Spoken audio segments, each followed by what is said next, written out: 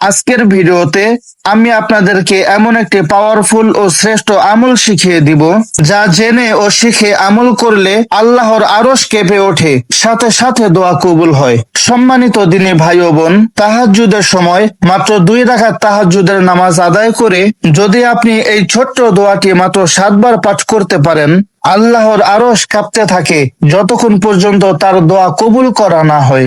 দিনী ভাই ও বোন আমার, আপনি যদি আল্লাহ তাআলাকে সন্তুষ্টি করার জন্য মাত্র 2 রাকাত তাহাজ্জুদ নামাজ আদায় করতে পারেন, আর নামাজের শেষে যদি এই ছোট্ট দোয়াটি মাত্র 7 বার পাঠ করেন, তবে আপনার জীবনের মোড় চিরতরে ঘুরে যাবে। দোয়াটি যে বিশাল বড়, মুখস্থ করা কঠিন, বিষয়টা কিন্তু মোটেও এমন নয়। এটা খুবই ছোট্ট দোয়া, আপনার আমার সকলেরই মুখস্থ, ছোট জবান। আবু হুরায়রা রাদিয়াল্লাহু তাআলা আনহু বলেছেন, জিহ্বায় উচ্চারণে অত্যন্ত সহজ, কিন্তু আমলনামায় অনেক ভারী। আর যদি আপনি সঠিক নিয়মে এই দোয়াটি পাঠ করতে পারেন, আরশে আযীমে একটি নূরের খুঁটি রয়েছে, সেটি হেলতে থাকে, দুলতে থাকে, আরশ কাঁপতে থাকে, যতক্ষণ না পর্যন্ত আল্লাহ আপনাকে ক্ষমা করবেন, যতক্ষণ পর্যন্ত না আল্লাহ তাআলা আপনার মনের 100 বছরের লালিত দোয়াগুলো কবুল করবেন, ততক্ষণ পর্যন্ত আরশ কাঁপতে থাকে। আল্লাহু আকবার! এত পাওয়ারফুল এই শ্রেষ্ঠ দোয়া। তাহাজ্জুদের সময়টা কত শ্রেষ্ঠ একটি দামি সময়, একটু মনোযোগ দিয়ে শুনুন। আল্লাহ তাআলা এই তাহাজ্জুদের সময় 7ম আসমান ছেড়ে দিয়ে 1ম আসমানে চলে আসেন এবং আল্লাহ বান্দাদেরকে ডেকে ডেকে বলতে থাকেন, উদউনি আস্তাজিব লাকুম। ও আমার বান্দা, আমি আল্লাহর কাছে তুমি ক্ষমা চাও। তুমি যত গুনাহ করেছো, সমুদ্রের ফেনা পরিমাণ গুনাহ, রাতের আধারে করা গুনাহ, দিনের আলোতে করা গুনাহ, গোপনে করা গুনাহ, জেনা ব্যভিচার সহ যত ধরনের ছোট থেকে বড় বড় গুনাহ তুমি করেছো, ও আমার বান্দা, তুমি শুধু আমার কাছে ক্ষমা চাও। তোমার আমল নামায় আমি একটা গুনাহও রাখবো না। মহান আল্লাহ আরো ডাক দিয়ে বলেন, ও আমার বান্দা, তুমি কি অভাব অনটনে আছো, ঋণের দায়ে জর্জরিত, দুঃখে কষ্টে আছো? মনে রেখো, দুনিয়ার কেউ তোমার দুঃখ কষ্ট দূর করতে পারবে না। আমি আল্লাহর কাছে তুমি দুঃখ কষ্ট থেকে মুক্তি চাও, আমি আল্লাহর কাছে সুখ শান্তি চাও, আমি আল্লাহ তাআলা তোমাকে সুখ শান্তি দিব। অভাব অনটনে আছো, আমাকে বলো, গায়বী রিজিক দিয়ে তোমাকে ধনী বানিয়ে দেব। অসুস্থতায় কষ্ট পাচ্ছ, আমার কাছে সুস্থতা চাও, আমি তোমাকে সম্পূর্ণ সুস্থতা দান করব। আল্লাহ তাআলা আরো বলেন, তোমরা আমাকে ডাকো, আমি তোমাদের ডাকে সাড়া দিব। আল্লাহ তাআলা এ সময় আমাদের ডাকে সাড়া দেওয়ার জন্য, আমাদের দোয়া কবুল করার জন্য প্রতীক্ষমান হয়ে থাকেন। প্রিয় দর্শক, এই অত্যন্ত শক্তিশালী, গুরুত্বপূর্ণ আরশ কাঁপানো দোয়াটি এবং তাহাজ্জুদের 2 রাকাত নামাজ কিভাবে আদায় করবেন প্র্যাকটিক্যালি আপনাদেরকে শিখিয়ে দেব। তবে মূল আলোচনায় যাওয়ার আগে আপনাদের কাছে আমার একটি ছোট্ট অনুরোধ। এই ইসলামিক ভিডিওটি একটি সাদকায়ে জারিয়া। শয়তান কোনোভাবেই চাইবে না এই আমলটি আপনি করুন এবং অন্যকেও শেখান। তাই দিনের স্বার্থে এই মহামূল্যবান বার্তাটি অন্য মুসলমান ভাই এবং বোনের কাছে পৌঁছে দিতে এখনই ভিডিওতে একটি লাইক দিন। আর যদি আপনি আমাদের চ্যানেলে নতুন এসে থাকেন, এমন ইসলামিক শিক্ষণীয় দোয়া এবং আমলের ভিডিও প্রতিদিন পেতে চ্যানেলটিকে এখনই সাবস্ক্রাইব করে পাশে থাকা বেল আইকনটি বাজিয়ে দিন। সম্ভব হলে কমেন্ট বক্সে একবার সবাই মন থেকে আল্লাহুম্মা আমিন লিখে দিন। সম্মানিত ভাই ও বোন, দয়া করে ভিডিওটি শেষ পর্যন্ত শুনতে থাকুন। প্রথমে আমরা প্র্যাকটিক্যালি বলবো 2 রাকাত তাহাজ্জুদ নামাজ কিভাবে আদায় করবেন। তাহাজ্জুদের নামাজ বড় দামি নামাজ। এটি নফল নামাজ, আবার কেউ কেউ সুন্নত নামাজও বলেছেন। আপনি নফল নিয়ত করলেও হবে এবং সুন্নত নিয়ত করলেও হবে। মহান আল্লাহ তাআলা কুরআনে কারিমে প্রিয় নবী হযরত মুহাম্মদ সাল্লাল্লাহু আলাইহি ওয়াসাল্লামকে নির্দেশ দিয়ে বলেছেন, আর রাতের কিছু অংশ আপনি তাহাজ্জুদ পড়বেন। আপনার জন্য এটি এক অতিরিক্ত কর্তব্য। আশা করা যায় আপনার রব আপনাকে মাকামে মাহমুদ, প্রশংসিত স্থানে প্রতিষ্ঠিত করবেন। সাহাবীরা তাহাজ্জুদ পড়েছেন, আল্লাহর ওলিরা তাহাজ্জুদ পড়েছেন, নবীজি সাল্লাল্লাহু আলাইহি ওয়াসাল্লামও সব সময় তাহাজ্জুদ পড়তেন। আল্লাহ তাআলা ঘোষণা দিয়েছেন, যারা তাহাজ্জুদ পড়বেন, আল্লাহ তাআলা খুশি হয়ে তাদেরকে 4টি বিশাল পুরস্কার দান করবেন। 1, জীবনে যত গুনাহ আছে আল্লাহ তাআলা সমস্ত গুনাহ ধুয়ে মুছে ছাপ করে তাদেরকে মাসুম নিষ্পাপ বানিয়ে দিবেন। 2, পরিবার, সংসারে, সমাজে এবং আখিরাতে তাদের সম্মান মর্যাদা বৃদ্ধি করে দিবেন। 3, যত চাওয়া পাওয়া হাজত রয়েছে আল্লাহ তাআলা গায়বী ভাবে সমস্ত চাওয়া পাওয়া প্রয়োজন পূরণ করে দিবেন। 4, তাহাজ্জুদ পড়ার কারণে আল্লাহ তাআলা তাদের নাম জান্নাতের ভিআইপি লিস্টে লিপিবদ্ধ করে দিবেন। চলুন এখনই শিখে নেই 2 রাকাত তাহাজ্জুদ এবং দোয়াটি কিভাবে পড়বেন। প্র্যাকটিক্যাল নিয়ম। প্রথমে আমরা উত্তম রূপে অজু করে নিব, যেভাবে নবী রাসূলগণ অজু করেছেন, আস্তে আস্তে ধীরে ধীরে।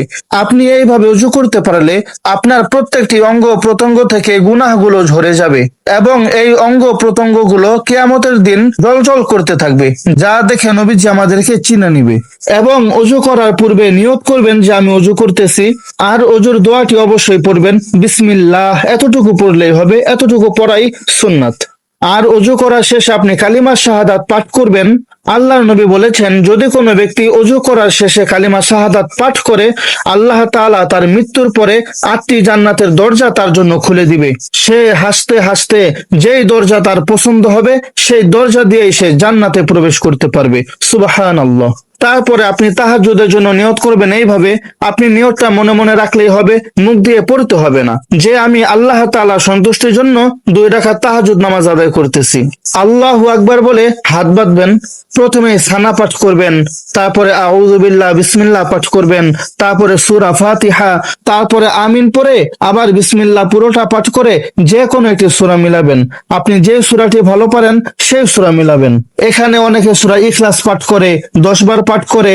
আপনি সূরা ইখলাস 10 বার পাঠ করলে আল্লাহ তাআলা জান্নাতে আপনার জন্য একটি বিশাল ঘর নির্মাণ করবেন এবং কয়েক খতম কোরআনের সওয়াব দান করবেন। তারপরে আল্লাহু আকবার বলে রুকুতে চলে যাবেন। সুবহানা রাব্বিয়াল আযীম 3 বার পাঠ করবেন। সামি আল্লাহু লিমান হামিদা রব্বানা লাকাল হামদু বলে উঠে দাঁড়াবেন। তারপরে এই দোয়াটি পাঠ করবেন, হামদান কাসীরান তাইয়িবাম মুবারাকান ফি। আল্লাহু আকবার বলে সিজদায় চলে যাবেন। সুবহানা রাব্বিয়াল আ'লা কমপক্ষে 3 বার পাঠ করবেন। 2 সিজদার মাঝখানে রব্বি গফিরলি ওয়ারহামনি ওয়াআফিনি ওয়াহদিনি ওয়ারযুকনি এই দোয়াটি পাঠ করবেন। অতঃপর আল্লাহু আকবার বলে উঠে দাঁড়াবেন। প্রথম রাকাতের নিয়মে দ্বিতীয় রাকাত সম্পূর্ণ করে আখেরি বৈঠকে বসে তাশাহুদ, দুরূদ শরীফ এবং দুআ-ই মাসুরা পাঠ করে নামাজ সম্পন্ন করবেন। সর্বশ্রেষ্ঠ সেই 7 বারের আমল, নামাজের ওই স্থানে বসেই এই 5টি ধাপে জিকির করবেন। 1 নম্বরে নবীজির প্রেম এবং ভালোবাসা অন্তরে নিয়ে নবীজির উপরে দুরূদ পাঠ করবেন। আমলের জন্য মাত্র 7 বার। আল্লাহুম্মা সাল্লি আলা সাইয়্যিদিনা মুহাম্মদ। এই দুরূদ পাঠ করলে আল্লাহ তাআলা জিন্দেগীর সমস্ত গুনাহ মাফ করবেন এবং আপনার চাওয়া পাওয়াগুলো পূরণ করবেন এবং আসমান থেকে অলৌকিক গায়েবী সাহায্য পাঠাবেন। নেক সন্তান দান করবেন এবং জান্নাতের শরবত পান করাবেন। 2 নাম্বার আমল, এই শ্রেষ্ঠ দোয়াটি পড়ার আগে আল্লাহ তাআলার শক্তিশালী ইসমে আজম একটি নাম রয়েছে, সেই গুণবাচক নামটি পাঠ করবেন 7 বার। ইয়া যাল জালালি ওয়াল ইকরাম, যে নামে ডাকলে আল্লাহ তাআলা সব দোয়া কবুল করেন। 3 নাম্বার আমল, ইস্তেগফারের আমল। আল্লাহ নবী প্রতিদিন কমপক্ষে 70 বার অথবা তারও বেশি পাঠ করতেন। আস্তাগফিরুল্লাহ এইভাবে মাত্র 7 বার পাঠ করুন। আর 4 নাম্বার এবং সর্বশ্রেষ্ঠ আরশ কাঁপানো দোয়াটি হচ্ছে, এই দোয়াটি পড়লে আসমানের নূরের খুঁটি প্রবল বেগে কাঁপতে থাকে। আল্লাহ বলেন, খুঁটি তুই থাম।